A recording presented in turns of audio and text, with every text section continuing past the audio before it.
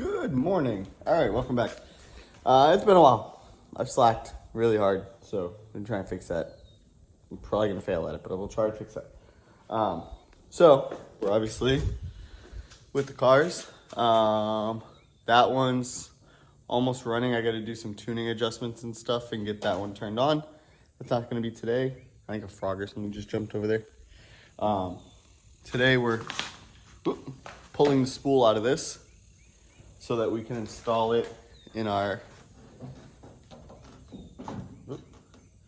Mosier nodular 9-inch with those quick performance bearings that allow us to use the smaller spool in the bigger housing because that's a 325 housing. So we're going to set that up so that we can still use our 33 splines so that we can get this back to rolling. I was trying to have the whole drivetrain back in today, but the case I bought broke. So that pretty red one you guys might have seen, I think I showed it here. Yeah, the Park Guide mounting holes, I believe, had fractures or cracks in them, and I snugged it up by hand, gave it a little extra to make sure it was tight, and they broke, both of them. So, time for a big boy case. We spent enough money, we've done enough crap to that damn transmission. It's kind of silly not to have one, so we're gonna switch it out. But that's definitely not going to be a right now thing. It's $1,100 for that case. So, but we will get it switched out. I'm not doing a 3-piece case. I'm only doing a 2-piece. So it'll be a solid front section with the bell housing, and then it'll be the tail shaft housing. Everything else will be normal shit.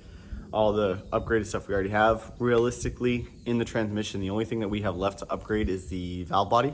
We already have a manual valve body. We just don't have a billet one.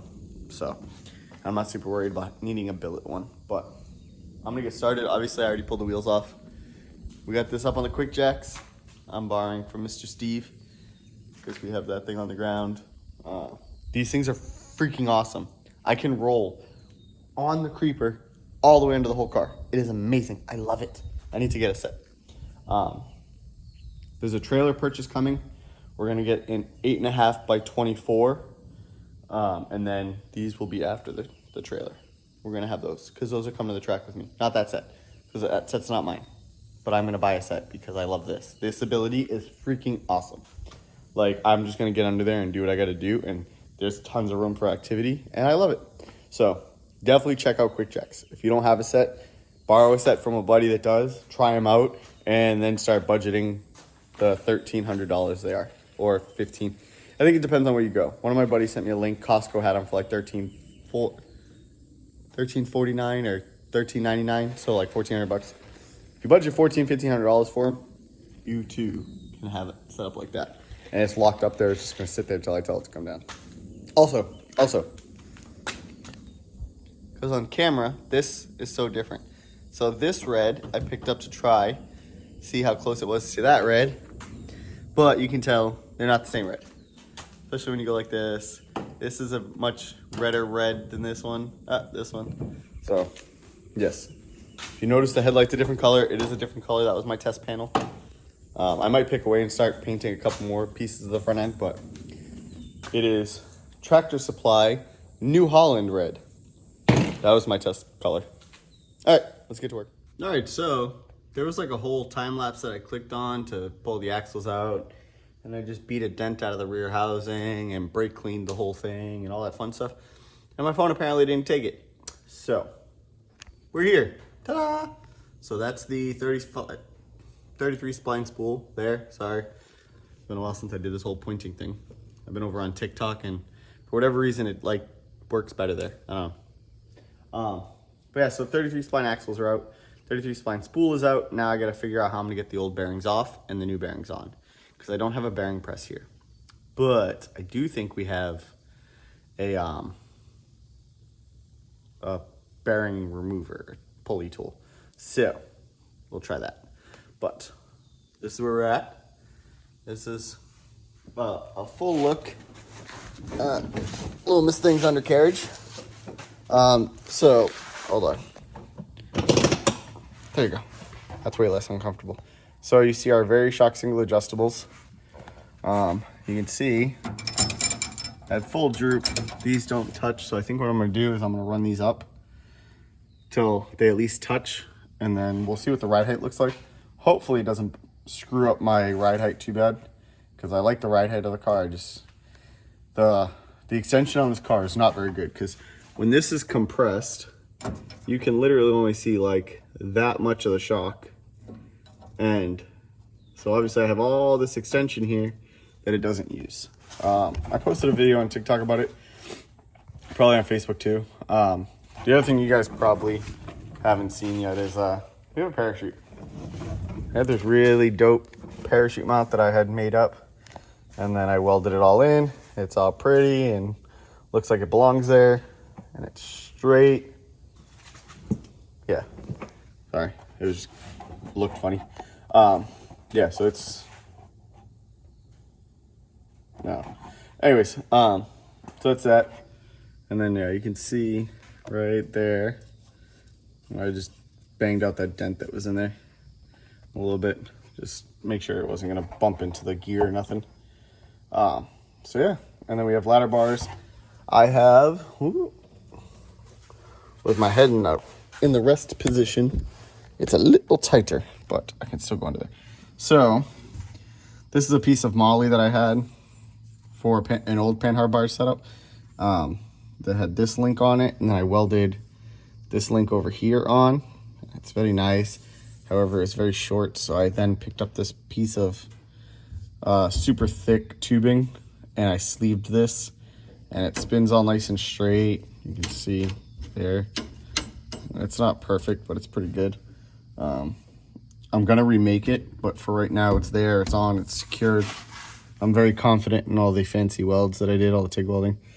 That's all nice and solid, so I'm not worried about it, but just for my own personal nitpicking, I don't like this big chunk here. I'd rather just be one straight 1-inch bar. So I'm gonna buy a 36-inch piece of chromoly, 1-inch 084 or 063 or whatever it was. And then I'll buy new Heim ends, or new ends. The Heims are fine. I replaced both of them, so they're brand new. But we'll get that all sorted out, and then this will be gone. We'll be good there. Obviously, motor's still in there. You can see double drive shaft loop. This one's for the ground, that one's for the car. Right here is where the pinion whacked the body when everything broke. Our MagnaFuel, which is just zip tied up for right now for transport purposes. I'm gonna make a bracket for that. We picked up a rib nut tool. So like the ground for the fuel pump is now gonna get rib nutted to the frame instead of just the way it is right now, because I'm not a huge fan of it, but it was what I could do at the time. So it's what I did, and we're gonna fix it. But yeah, drive shafts in the other garage, that's already repaired. That was bad. It was bent pretty good.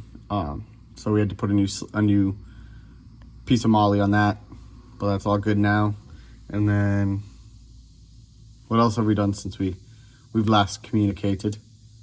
Y'all seen the twins and stuff already, so. Oh, we went carbureted. Hi, yeah, we went old school. I have a Kevin Van Noy CSU E85 carburetor. It will be shipping out tomorrow. It's single needle and seat, so we're limited to about 1,000, which is fine. I'll eventually upgrade it to a dual needle and seat, but for now it'll be single. Once that gets here, we'll do some cold piping fab, and I think that's it. All right, let's get back to work. All right, so I'm out here sweating, so I haven't really recorded. I've been just trying to get stuff done. It is a very toasty, hold on, 91 right now. So I'm just trying to bang stuff out, but spool is assembled, new bearings are on it, the races are over there, the 389 gear is on it. This is a 35 tooth, and if I get to a 32 tooth, it'll get our gear ratio to a 356. Gross, beard hair. Which is where I want to be for quarter mile stuff. And you know, guys like Doug Cook, shout out Motion Raceworks, Shoe Buddy shirt rocking, sweating the crap out of it. They're going 7s on a 355, so 356 will be okay. 389 is going to be okay for now. Realistically, Probably don't want to go much faster than what this gear will allow me to with the cage that's in the car, because it's going to be pretty quick. But if we can do that, everything's torqued, so you can see kind of there's little black marks on all the bolts. That's because we torqued it to a proper, it won't show, there you go, 110 foot-pounds. So I'm one-man show, so chucked it up in the vise. They were all snugged down pretty close, probably about 195, 100 foot-pounds. With the impact on setting 2, just snugged them up and then came over and did them all. So torqued everything, went through it twice, made sure everything's torqued good. We're all down to 110 foot-pounds, so I'm gonna go assemble this in the rear end and then try and figure out backlash. All right, we're back. Indicators there. So right now, let me flip it around so you can see better. Right now, we have about, come on, focus, stupid thing. There we go. 3.5 thou of play. So that I want that. I was told between 4 and 8.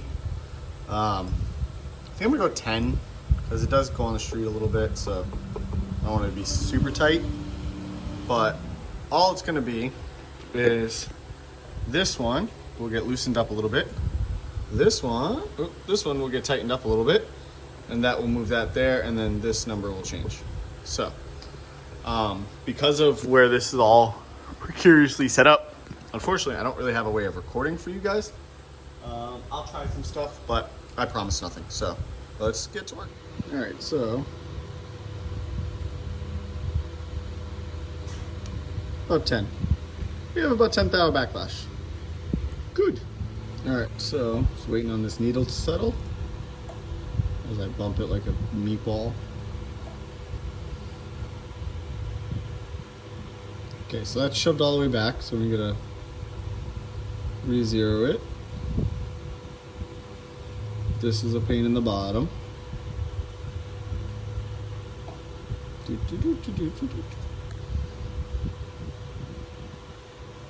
All right, so now if we go this way,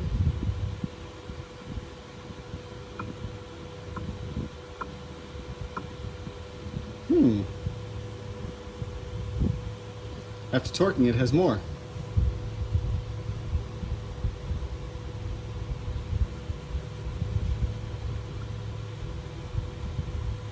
-1, +1, -2, and 12? Oh, come on. Killing me, Smalls. All right, now we're actually done. So I went back through, you can see where I marked it. And every 7th tooth I rechecked it just to be safe. And we are within about 4 thou all the way around. So you can hear it's got a little bit of play, not a ton. So let's find 0. So 0 is 9 thou. I don't know how well you're gonna be able to read my writing, but and the first 7 was 11 thou, so that's +2. The next one was 8 thou, that's -2. After that was 7, so that's -3. Then 10, that's +1, and back to 0. So I'm pretty happy with that. It's not dragging, as you can tell. Like, I'm not really putting a lot of effort in spinning this. Whereas before, it had kind of a weird spot. I'm assuming in this area where it's a little tighter. These gears aren't perfect. They are what they are, which is why I went through and rechecked in a few places. But it's not done. I can't put it in though, because I got to call American Motorsports tomorrow and see if they have the studs for putting it in, because I broke one apparently at some point and I don't want it to leak. So that's going to be it for today. As always, comment, like, share, subscribe, get up and get after it.